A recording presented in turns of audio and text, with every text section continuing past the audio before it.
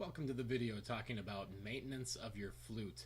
Today we're going to talk about some techniques to keep your flute in good working condition, and then also some of the most common things that go wrong with the flute and what you can do to fix those. First of all, here are some things that you can do to keep your flute in good working condition. You should all, as a flute player, have some sort of swab that goes through your flute. Sometimes it's a cloth that you pull through when you're done playing. Other times I like these Flute Pad savers, they're called. And what these do is not only do you clean through them or clean your flute with them after you're done playing, but you actually leave them in your flute when it's in your case. And what that presents, or what that prevents, is moisture collecting inside of your flute.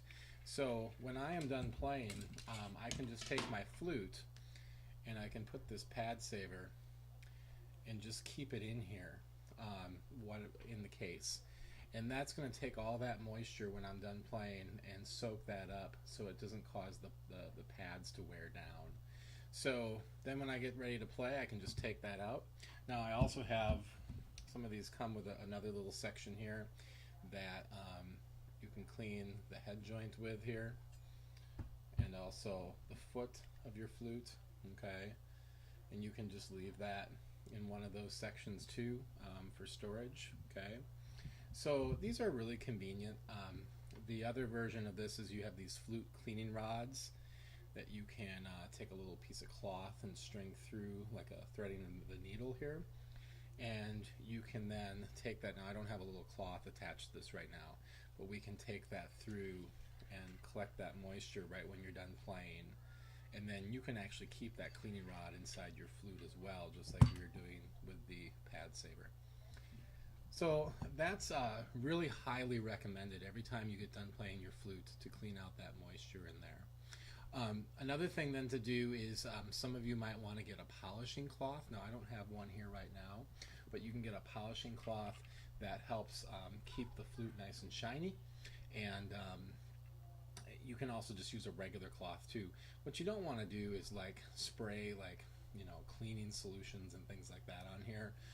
Don't spray anything on your flute, but silver polishing cloths can be nice if you want to get one of those. Not required, but can be nice to keep your flute in good shape. Also, if your flute ever gets wet, maybe you're in marching band and you're outside in the rain, don't put your flute away while it's still wet. Dry it off with a cloth or just a towel, and just get it dry. Again, that will prevent issues with the pads on your flute. And then another thing too with your case, make sure that you only store your flute in your case. The case is not meant to store other things, like don't try to fold up your music and put it in there. You might have a spot to put a pencil in there, but don't try to throw a bunch of pencils in there. Whatever else, just try to keep that case for just your flute. You try to cram stuff in there, and that can bend the pads. Also, when you're putting your flute away, be very careful to not take your flute and grab down really hard, because that can bend the keys. And when you put your flute away, especially watch out for the A flat key here, the one that sticks out. That can get bent very easily. So put your flute away in the case very nicely. Now, a couple things that go wrong with the flute really often is a key gets bent, especially that A flat key. And if a key gets bent, that's going to cause a leak and the flute isn't going to play correctly. So that's one of the first things to check for if your flute is giving you issues, and your band director can help you with that too. Another thing to check out for, and I'll see if you can see this here in the video, your flute has these really tiny little springs. We call them springs. You might think they look more like wires. You can kind of see that wire right in here, okay? And that wire is, well, we call it a spring, needs to be on the right side of this little thing called the post, that little post right underneath my finger there. If it gets on the other side of the post, then the spring isn't keeping the keys down the way it should.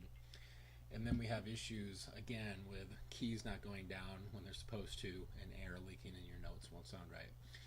So again, if your flute's not working, check and see if those springs are all on the right sides of the posts, and that you don't have a spring. If it's on the wrong side of the post, it's going to be sticking out. And what you can do is you can try to take your finger or a pencil or a pen, or actually what I use is a crochet hook. If you guys have a crochet hook around in your house, and just push that spring back onto the right side of the post. Another thing sometimes I see students have problems with is they can't get the head joint of their flute into the main section easily. They really have to push hard. A neat little trick that I once learned for that is to actually take a pencil and just color on here. Just take a regular number 2 pencil, color this, and that graphite is going to help that flute slide in. Alright.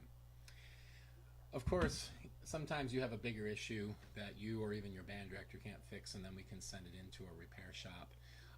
It's also nice every now and then to send it in, have them clean out your flute, maybe once a year, just to keep it in really good condition on the inside. Finally, make sure you have a tag on your case that identifies your instrument, that has your name, your address, your phone number or email address, so that if your flute gets lost, you can get found and returned to the right place. So there's your tips for maintenance and how to keep good care of your flute. Now I encourage you to do that this entire year.